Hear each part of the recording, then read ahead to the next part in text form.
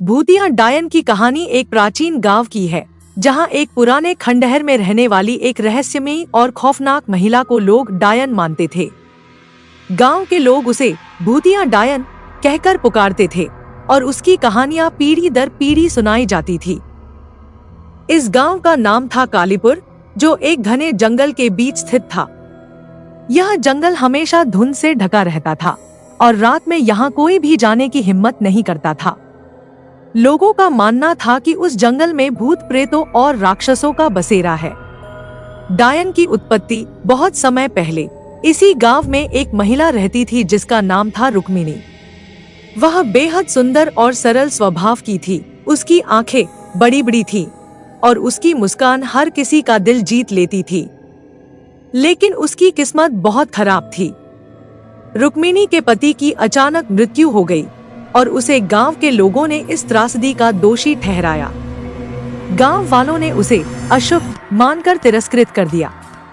धीरे धीरे लोगों ने उसके प्रति घृणा दिखानी शुरू कर दी और उसे डायन कहकर बुलाया जाने लगा।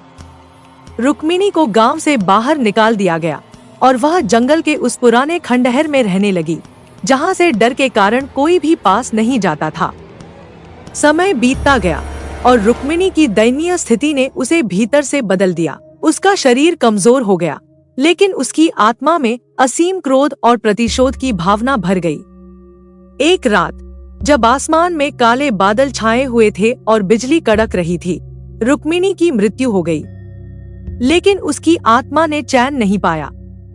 वह अब एक भूतिया डायन बन चुकी थी, जो रात के अंधेरे में लोगों को परेशान करने लगी। गांव में डर का माहौल। रुक्मिणी की मृत्यु के बाद गांव में अजीब घटनाएं घटने लगी। रात में लोगों के घरों से चीजें गायब होने लगी और कुछ लोग रहस्यमय तरीके से बीमार पड़ने लगे। गांव के लोग डरने लगे और मानने लगे कि रुक्मिणी की आत्मा अब एक भूतिया डायन बनकर उन्हें सजा दे रही है। गांव के बुजुर्गों ने सलाह दी कि किसी तांत्रिक को बुलाकर इस समस्या का समाधान किया जाए। इसलिए गांव वालों ने एक प्रसिद्ध तांत्रिक को बुलाया। तांत्रिक ने गांव का दौरा किया और कहा, यह कोई साधारण भूत नहीं है, यह एक शक्तिशाली आत्मा है जो प्रतिशोध की आग में जल रही है। इसे रोकने के लिए विशेष अनुष्ठान करना होगा। तांत्रिक का प्रयास। तांत्रिक ने एक रात गांव के बाहरी इलाके में एक बड़ा यज्ञ किया। वह मंत्रों का जाप कर रहा था और भूतिया डायन को नियंत्रित करने की कोशिश कर रहा था। अचानक तेज हवाएं चलने लगी और आसमान में बिजली कड़कने लगी। ऐसा लग रहा था जैसे कुदरत खुद इस अनुष्ठान का विरोध कर रही हो। तभी एक भयानक चीख सुनाई दी, जो पूरे गांव में गूंज उठी। तांत्रिक ने गांव वालों से कहा, यह रुक्मिणी की आत्मा है और वह बहुत क्रोधित है, लेकिन डरने की जरूरत नहीं, मैं उसे जल्द ही बंदी बना लूंगा। तांत्रिक ने अपने अनुष्ठान को और भी तीव्र कर दिया। उसने कई शक्तिशाली मंत्रों का जाप किया और अंत में एक जोरदार धमाका हुआ। जंगल से एक काली छाया निकली और तांत्रिक की ओर बढ़ने लगी। तांत्रिक ने अपना आखिरी मंत्र पढ़ा और उस छाया को एक विशेष जादुई बर्तन में बंद कर दिया। गांव वालों ने राहत की सांस ली और सोचा कि अब वे सुरक्षित हैं। पुनरागमन। लेकिन यह डायन की कहानी का अंत नहीं था। कई सालों बाद गांव में फिर से अजीब घटनाएं शुरू हो गईं। लोग बताते थे कि रात में जंगल से एक महिला की चीखें सुनाई देती थी। कुछ लोगों ने दावा किया कि उन्होंने खंडहर के पास एक सफेद साड़ी पहने हुए महिला को देखा, जिसकी आंखें जलती हुई दिखती थी। यह भूतिया डायन का पुनरागमन था। तांत्रिक द्वारा उसे कैद किए जाने के बाद भी उसकी आत्मा पूरी तरह से शांत नहीं हुई थी। वह बार बार अपने बदले की आग में जलती रही और अब फिर से सक्रिय हो गई थी। गांव के लोग भयभीत थे, लेकिन कोई भी यह नहीं जानता था कि उसे कैसे रोका जाए। गांव की नई पीढ़ी। समय बीतता गया और गांव में एक नई पीढ़ी आई। इस पीढ़ी के लोग इन कहानियों को पुराने जमाने की अंधविश्वास मानने लगे थे। उन्होंने सोचा कि यह सब सिर्फ कहानियां हैं और भूतिया डायन जैसी कोई चीज नहीं होती। लेकिन उनका यह भ्रम जल्द ही टूटने वाला था।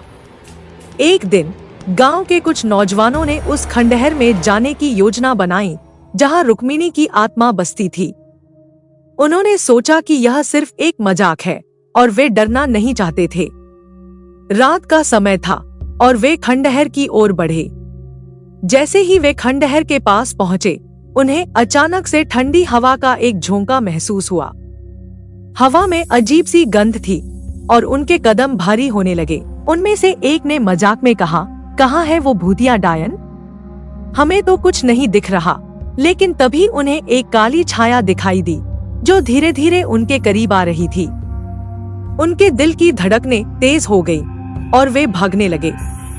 लेकिन एक नौजवान को वह छाया पकड़ने में सफल रही और अगले दिन उसका शव गांव के पास पड़ा मिला। उसके चेहरे पर भयानक खौफ था। डायन का रहस्य गांव के लोग अब पूरी तरह से समझ गए थे कि भूतिया डायन का अस्तित्व सच है, लेकिन वे यह नहीं समझ पा रहे थे कि उसे कैसे रोका जाए। एक दिन गांव के एक बुजुर्ग ने कहा, "डायन को तभी शांत किया जा सकता है जब उसके साथ हुए अन्याय को सुधारा जाए। उसे सिर्फ शक्ति से नहीं, बल्कि प्रेम और सम्मान से शांत किया जा सकता है।" गांव वालों ने बुजुर्ग की बात मानी और रुक्मिणी की आत्मा की शांति के लिए एक विशेष पूजा का आयोजन किया। इस पूजा में गांव के सभी लोगों ने मिलकर उसकी आत्मा के लिए प्रार्थना की और उसके साथ हुए अन्याय के लिए माफी मांगी। पूजा के बाद गांव में अजीब घटनाओं का सिलसिला धीरे धीरे खत्म हो गया। लोग मानते हैं कि रुक्मिणी की आत्मा को अब शांति मिल गई थी। अंत में कालीपुर गांव अब एक शांतिपूर्ण जगह बन गया था, लेकिन गांव के बुजुर्ग आज भी नई पीढ़ी को भूतिया डायन की कहानी सुनाते हैं ताकि वे यह समझ सके कि कभी कभी जो दिखता नहीं वह भी सच हो सकता है। इस कहानी से यह शिक्षा मिलती है कि अंधविश्वासों और भ्रांतियों के पीछे भी एक सच्चाई हो सकती है, जिसे हमें समझने की कोशिश करनी चाहिए। भूतिया डायन की कहानी केवल एक डरावनी कथा नहीं थी, बल्कि यह इंसानी भावनाओं की एक गहरी परत को उजागर करती थी। यह कहानी प्रेम, घृणा और प्रतिशोध की थी, जो पीढ़ी दर पीढ़ी गांव के लोगों के दिलों में बसी रही।